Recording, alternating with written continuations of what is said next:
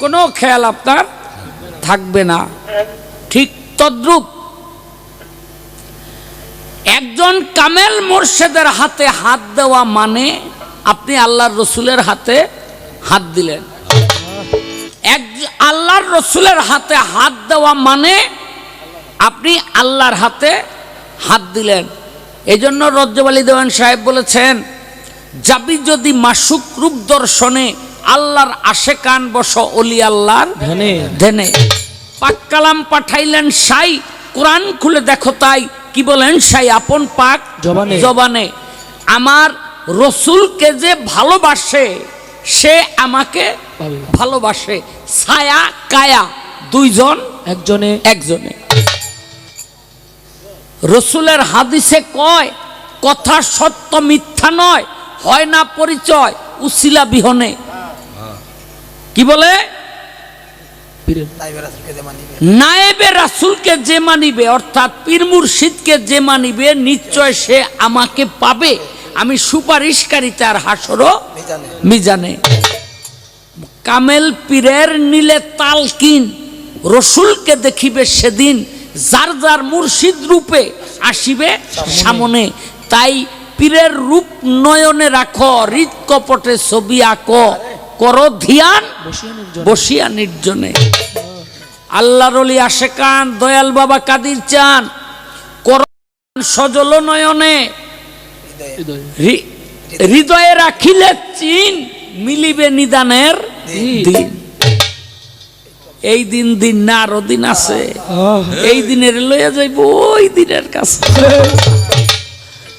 হৃদয়ে রাখিলে চিন, মিলিবে নিদানের দিন, করো একিন, কয় রজ্জব দেওয়ানি। এই জন্য একজন মানুষের দরকার। কোরআনে কি বলে? কোরআন বলে যে সূরা ফাতের 10 নম্বর আয়াতের মধ্যে আপনি বলে দিন, আপনার হাতে হাত দিয়া যারা বায়াত হইতেছে, নিশ্চয় ওই হাতের উপরে আমি আল্লাহর হাত রহিয়াছে। যে জন্য বলছিলাম যে আপনার ঘরের দরজায় যদি কোনো ভিখারি আসে আপনি তাকে ফিরাইবেন না, আর যদি আল্লাহ আসে আপনি তারে ফিরাইবেন না। মুর্শিদ রূপে স্বয়ং আল্লাহ আপনার ঘরের দরজায় এসা হাত পাইতা বৈশা রয়েছে, কিন্তু আপনি আমি বুঝলাম না, আপনি আর আমি বুঝলাম না। হ্যাঁ, এবার আসেন পুরুষ, এটা তো পুরুষের বায়াতের কথা, তাহলে নারীরা কি বায়াত হতে পারবে না? ও বাবা, পুরুষ খায় নারীরা খায় না, পুরুষ নামাজ পড়ে নারীরা নামাজ পড়ে না, পুরুষ ঘুমাসে নারীরা ঘুমাসে না, পুরুষের জান্নাত আছে নারীদের জান্নাত নাই, আছে কিনা? সব সমান সমান। মালিক এক দিক দিয়ে হেগো জিতাই দিছে।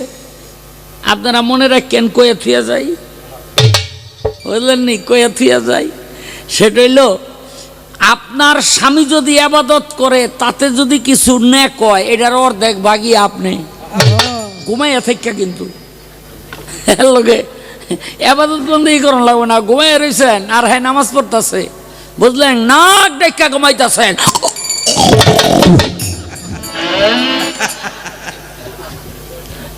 কষ্ট করতেছে বেডায়, অর্ধেক সোয়াব আপনার, বুঝলেন নি? দেখেন কি সুযোগটা আপনাকে দিয়া রাখছে। আবার স্বামী যদি পাপ করে, এক সমন পাপ করলে একটা রোয়াও আপনার নিতে হইব না, আপনাকে নিতে হইব না, একটা রোয়াও না।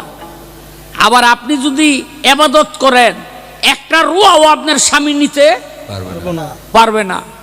এটা কিন্তু আমার কথা না, হাদিসের কথা। একটা রুয়াও নিতে পারবো না। আবার আপনি যদি পাপ করেন, অর্ধেক ওই বেটার কান্দে এমনি গিয়েছে। খুব খেয়াল। মা বুদাল্লাহ কি জিতানটা যে জিতাইয়া তুলে দিছে। খোদা রে কই খোদা, আবার যদি দুনিয়ার মধ্যে আহি নারীগুলোই পাঠাই।